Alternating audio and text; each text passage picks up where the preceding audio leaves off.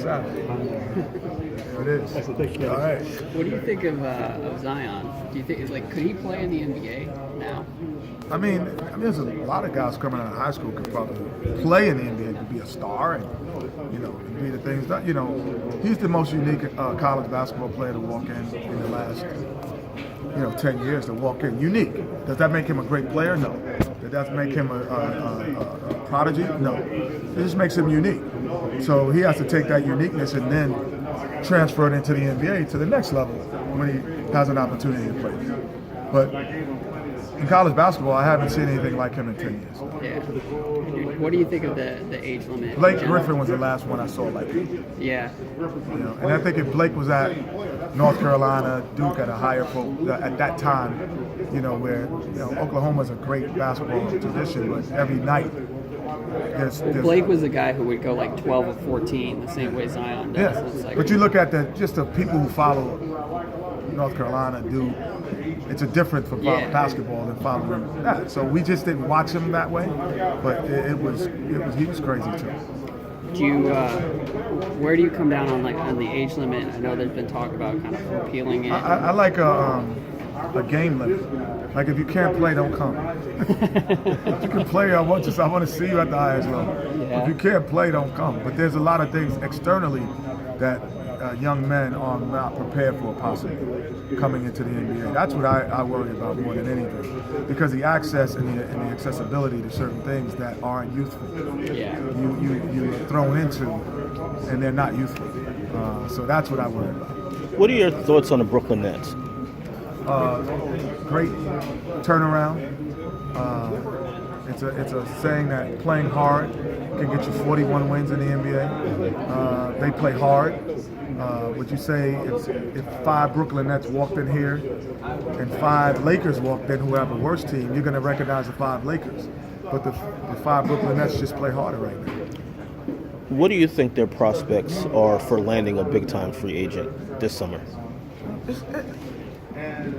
A lot of these guys who are in these current situations, who are big-time free agents, are actually in great situations now. Kevin Durant, Kawhi Leonard, Jimmy Butler. Like, these guys are in great now situations. And to go risk it to somewhere else, that takes a lot. That's a special individual, and we'll see if they do it. So, same thing with the Knicks then, obviously. Yeah. They had the money to land too, but... Kevin Durant's won 2 back-to-back NBA championships. Right. You want to leave? Right. I don't know. I'm just like, I'm from New York. It would be great to see it in New York. But you want to leave? Like, right. Really? So I'm not sure what their thought process is, but a lot of those guys are in great situations. Speaking of Golden State, who do you think has the best ability to challenge them for a championship? That Eastern Conference got tough. Milwaukee got a lot better. Philly got a lot better. That Eastern Conference picked up. Toronto was already good. Siakam coming along. It's just an unbelievable upscale influence of talent in that Eastern Conference. So they have a chance now. If you had to pick somebody out of the East, who would you pick right now? Out of the East? Yeah. I wouldn't. I still think in Boston, those 4 teams, man, Boston, Toronto, man, those teams are tough right now. There is no weak team in that top 4 anymore. There isn't. The top 4 in the East, top 4 in the West, they're going to go head-to-head, and it's the same to me. Out of Toronto, Milwaukee, Philadelphia, who do you think made the best trade deadline move?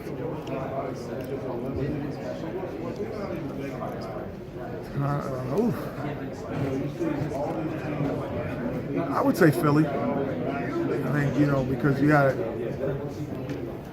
he's a step below an all-star this year, and he should be an all-star.